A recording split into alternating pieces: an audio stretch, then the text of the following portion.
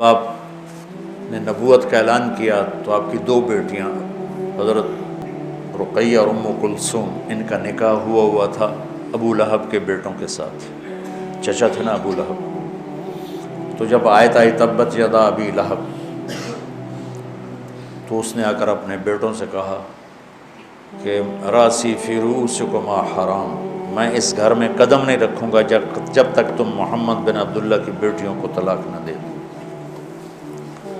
تو اس کا ایک بیٹا عتبہ، وہ حرم میں آیا، آپ تشریف فرما تھے، یہاں سے گریبان پکڑ کے جھٹکا دیا، آپ کا گریبان پھٹ گیا۔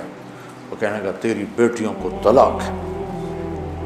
طائف کے پتھر کھائے اور بد دعا نہیں کی۔ جب یوں بیٹی کی طلاق بھرے مجمع میں سنی تو کہا اچھا، میں اللہ سے کہتا ہوں اپنا کوئی کتا تیرے اوپر چھوڑ دے۔ اتنے دکھی ہوئے کہ اس کے لیے بد دعا کی۔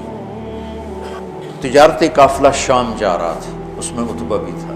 تو ابو لہب آیا، دیکھو میرے بیٹے کو محمد نے بد دعا دی ہے، اور اس کی باتیں خالی نہیں جاتی، اس کی حفاظت کرنا، کوئی اس کو کچھ ہو نہ جائے۔ ایمان مقدر میں نہیں تھا اور بات پہ اعتماد اتنا تھا۔ جب یہ قافلہ زرقاء اترا تو ایک شیر آیا اور اس نے یوں سب کو دیکھا ایسے، تو عتبہ چیخنے لگا یہ محمد کی بد دعا آ گئی، یہ محمد کی بد دعا آ گئی، اور یہ مجھے مار دے گا۔ مطلب پاگل ہے، ہم 300 آدمی ہیں، کیسے تجھے مار دے گا، ہم تیرے پہرے دار ہیں۔ انہوں نے سارے اونٹ کے پالان کٹھے کر کے اونچا مینار سا بنا دیا، اور اس کے اوپر اس کو سلایا اور خود چاروں طرف بیٹھ گئے پہرا دے۔ اللہ نے سب کو سلایا۔ شیر آیا اور ایک ایک کو سونگا، چھوڑتا گیا، سب کو چھوڑ دیا۔ کتنے تھے مجھے کہیں ملے نہیں، کیونکہ 150-200 تو ہوتی تھے جب قافلہ چلتا۔ پھر اس نے یوں اوپر دیکھا، یوں سونگا اور پھر ایک چھلانگ لگائی، وہ سیدھا اس کے اوپر، اور جاتے اس کے منہ، اس سر اور منہ کو اپنے منہ میں لیا اور ایسے کچل دیا جیسے قیمہ بنا دیا جاتا، کھایا نہیں، بس ایسے کچل کے چھلانگ لگا کے واپس چلا گیا۔ تو میرے عزیزو، بہت برا حال ہے۔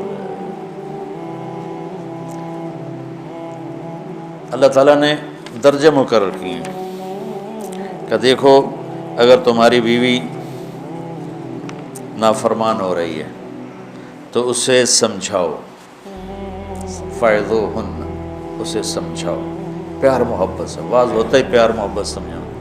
وَاهْجُرُوهُنَّ فِي الْمَضَاجِعِ، پھر بھی نہ سمجھے تو اس کے ساتھ سلوک اچھا رکھو، لیکن رات کو سوتے ہوئے بستر اپنا باہر لے جاؤ، دوسرے کمرے میں سو جا، تاکہ اس کو احساس ہو کہ میرا خاوند تکلیف میں ہے۔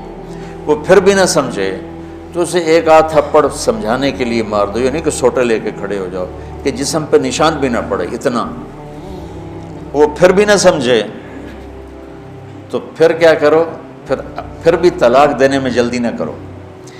پھر یہ کرو کہ ایک آدمی خاوند کی طرف سے آئے اور ایک آدمی لڑکی کی طرف سے آئے، اور دونوں بیٹھ کر کوئی حل نکالیں اور اس مسئلے کو ٹھیک کرنا چاہیں تاکہ طلاق نہ ہو۔ پھر بھی اگر نہیں ہو سکتا تو پھر بیوقوف بن کے 3 طلاق مت دو، 1 طلاق دو، 1 طلاق دو، شاید اس کو احساس ہو جائے۔ پھر بھی وہ نہیں باز آتی تو چھوڑ دو، چونکہ جو کام 3 طلاق نے کرنا ہے وہی 1 طلاق نے کرنا۔ 1 طلاق سے بھی بیوی سے آپ کا نکاح ٹوٹ گیا، لیکن آپ کو ایک سہولت حاصل ہے کہ اس کے بعد اگر آپ چاہتے ہیں کہ ہم دوبارہ صلح کر لیں، لڑکی صلح کر لے، تو آپ دوبارہ نکاح کر لیں گے۔ عدت کے دوران تو دوبارہ نکاح کرنے کی بھی ضرورت نہیں ہے، اور اگر عدت گزر جائے پھر آپ نکاح کر سکتے ہیں۔ لیکن چھوٹتی 3 طلاق دے کر آپ اپنا راستہ بند کر لیتے ہیں، پھر پوچھتے پھرتے ہیں۔ ایک بندے نے اپنے بیوی کو 3 طلاق دی اور مولانا صاحب کے پاس، کسی مولوی، ہر قسم کے لوگ ہوتے ہیں، کہ مولانا صاحب میں بیوی نے 3 طلاق دے دی تھی، کوئی کی فتویٰ ہے؟ انہوں نے فرمایا حرام ہو گئی، کوئی رستہ کوئی۔ انہوں نے جیب سے لفافہ نکالا اور ان کے سرانے اس کے مسلح کے نیچے ایسے رکھ دیا کہ مولانا صاحب کوئی طرح دسو کہ ہوں تو سوچنا ہی پوے گا۔ 10 دکھی آنکھیں آئی، کہا جی میں آنکھیں آئی طلاق۔ کہا شکر الحمدللہ، کوئی نہیں ہوئی۔ کہا یوں کیوں ہے؟ کہ وہ ہوندا طلاق.